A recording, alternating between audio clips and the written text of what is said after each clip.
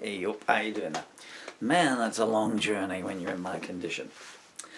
So, well, this is kind of dark humour, really. But anyway, so it'll be in the introduction. I'm Paul Murphy, and I'm just reading bits from some of my books because I can't play the guitar anymore. But while I'm still able to speak a little bit, I wanted to get some of these down. And you can't buy them because Amazon have cancelled me, and there is ways around it. But someone's always cancelling the Irish, aren't they? Or trying to. So this is called Jottings, and this was a book of short stories, little comedy bits that that I did. So it's not a full book; it's a book of bits. And this entry here is the last will and testament of William T. Testament. It's got something there that I can't read because it's too small, but there's probably a good follow-up joke to it. What voice should I do it in? Should I do it in mine? I, William... no, I've got a terrible voice, haven't I? I, William Tapwater Estimate, being of sound mind and body, bar lumbago in the fingernails, do hereby decree this to be my last will and testament, barring a sudden cure for death coming along. To my wife Anna I leave genital herpes and the train fare to her lover's house. Did you even come to the reading today, Anna? Are you sitting comfortably? Well, I assume not.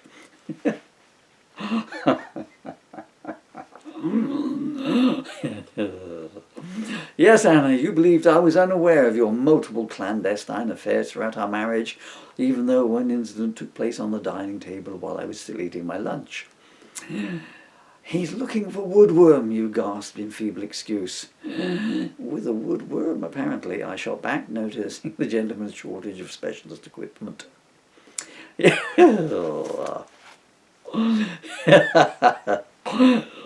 Yes, Anna, it was apparent that you only married me for my money.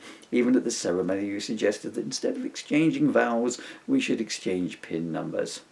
True, all my friends warned me about you. They said that golddiggers.com was not the best place to go looking for a prospective partner. But I was lonely following the passing of my wife, passing her on to one of my junior clerks in exchange for promotion and the key to the executive bathroom.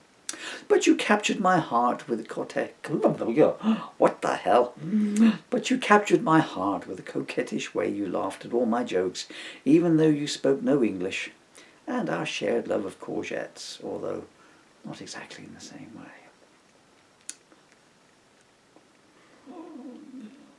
There's someone out there who might be watching this and knows what I'm talking about. I paid your plane fare from Latvis to Totonia and installed you in the master bedroom, refurbishing it as per your instructions.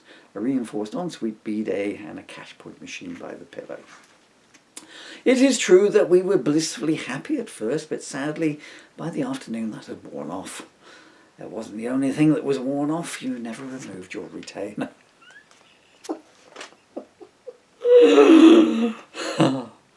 By the end of our first year together, we were living separate lives under the same roof, although we tried to maintain a charade of togetherness by reading the obituaries and the Times together.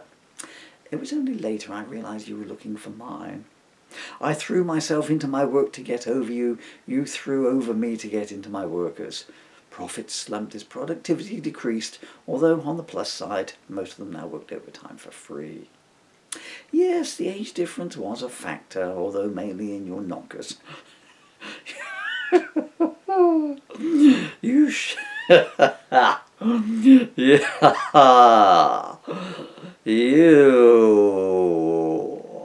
You should have waited. You should have waited until you could afford a full boob job, instead of buying one and then saving up from scratch for the other. There is a reason twins are not born 5 years apart, and your boobs illustrate full well what that reason is. And the difference in our ages was a telling factor in our separation. Me being 58, you being 36. It was inevitable that I would soon want someone younger. You can see that one being telegraphed a week away, couldn't you? I am not bitter, although I am probably heading that way after being croaked for several weeks now. And I wish you well, or that you fall down one, depending on whether you attended today or not. A part of me will always be with you. Hopefully that part is my hemorrhoids. To To my son Gatislavia I leave 2 pieces of paper. One has the word all written on it, the other has your favourite word written on it. Put the 2 together and you will get some idea of the total of your inheritance. Oh, and I have left you a packet of condoms. I suppose you could say there's a theme, really. To say you are a disappointment to me is an understatement. I would have been happier if Santa Claus had shat on my head and told me he'd given all my presents to my schoolboy.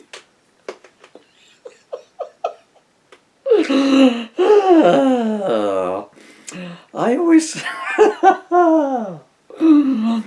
always suspected that you were not my own child, what with your blue eyes against my brown eyes, your shortness against my being tall, and your being Chinese against my being not. All the same, I could not have loved you more if I had tried to. Not that I tried to. I always had to be hauling you out of some kind of fix. How many women had to be paid off? Many of them not just because that was their professional arrangement with you. From your first day at... What does that say? I'm so sorry, I got watery eyes now. And a sniffy nose. Okay, well, I have to bring this one to an end soon while I recalibrate my composure. Where did we get to? That word there. From your first day of primary school, when I had to apologise to your teaching assistant after you had that you had mistaken her for your wet nurse. Through your suspension from secondary school when you claimed to have misread the note from your science teacher. After school, clean my lab, 1A. That one really only works well on paper.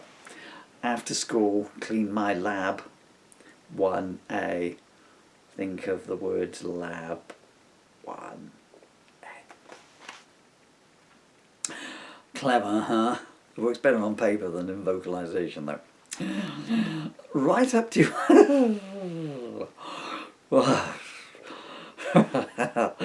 One a bit more paragraphs. Right up to your last day of your internship at that restaurant when it transpired just what the fish were being battered in. There was scandal after scandal with just enough time for a scandal in between. Okay, I'm going to have to stop there, I'm afraid. There may be more, there may be less.